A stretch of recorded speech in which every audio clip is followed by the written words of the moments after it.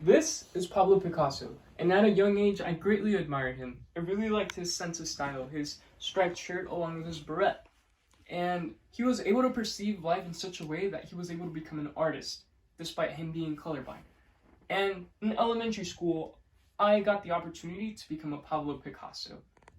Our teacher gave us the assignment to draw out our favorite outdoor memory. Some students drew a crystal lake or a blue ocean, some colorful mountains, but I decided to draw a pasture, and the pasture was colored orange with a purple sky.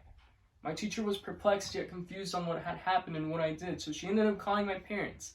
And before I knew it, I was in the eye doctor's office getting tested. And they gave me a test with colored dots that made a circle and had a specific pattern to it. And this pattern was supposed to give you, or you were supposed to see a number within them. But if I'm being honest, I couldn't see anything at all, and I still can't see anything. It turns out that just like Pablo Picasso and 250 million other people worldwide, I too am colorblind. Now you all might be wondering, but how? You see, my grandmother she had the colorblind gene and passed it along to my mother, who passed it along to me. So our bodies are composed of 23 different pairs of chromosomes. If you the last pair determines your gender whenever you're born. So if you have an XX chromosome, you will be born a female, and if you have an XY chromosome, you will be a male.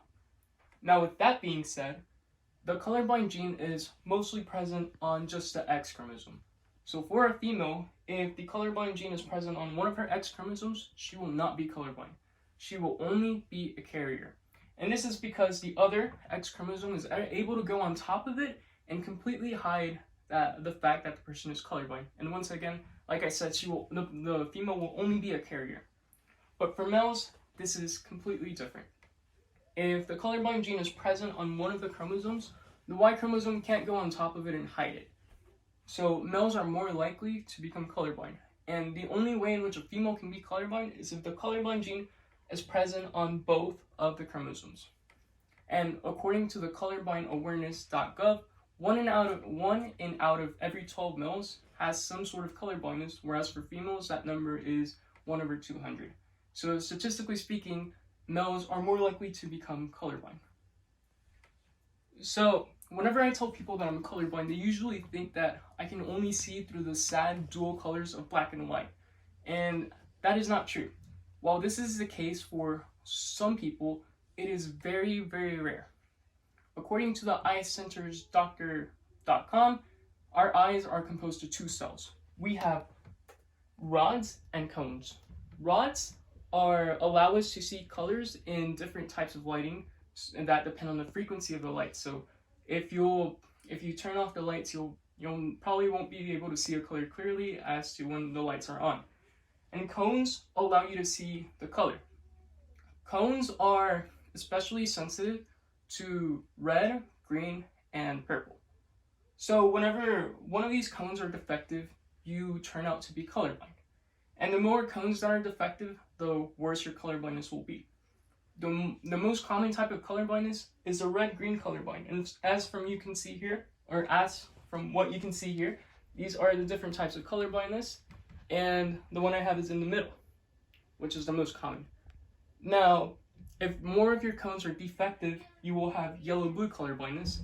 And if even more cones than that are defective, you will be black and white colorblind, which is, once again, very, very rare. Now, the way that you perceive colors is different among you and I. We can all agree that my shirt is blue. However, you're only agreeing on the word that you're using to identify my shirt. You see, the way that you describe my colored shirt is your own perspective. You cannot see the same way that your neighbor is seeing. You've never been able to look through their eyes. Therefore, we cannot conclude that the shade that your neighbor's looking at is the same exact shade that you are looking at. And because of that, through language, you're able to convey what you see, right?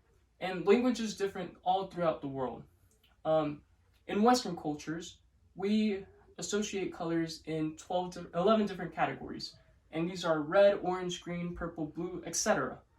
Whereas, according to the Gambia collection, the Himba tribe associates colors into 5 different categories. they lump colors together.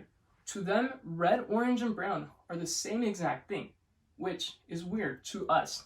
But this is because your language is not as specific to describe other colors. They don't have the language to associate these other colors. And once again, language is different all throughout the world. We perceive colors differently. In America, a red light means stop at a stoplight, and green means goes at a traffic light, right?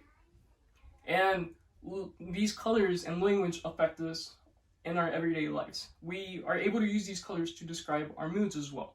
One can feel gloomy blue, one can be green with envy, one can be tickled pink, one can wave a white flag in defeat, or they can do the opposite and soar through flying colors. The language in which you're able to convey these colors is your own unique perspective, and through our perspectives, we're as a whole, as a culture, able to know and understand what we're all speaking about. In conclusion, I'm really thankful that today you have all been able to hear my speech, and today you have been able to learn that colorblindness arises through genes, and these genes that one receives can affect your cones and rods in your eyes, and as a result, one person can be colorblind. Additionally, we have also been able to learn that males are statistically more probable to become colorblind, and language shapes the way in which you perceive the world. So, even though what you see and what I see might be two completely different things, isn't it amazing just to understand that the only difference among you and I is the way in which we perceive the same things? Thank you all for coming.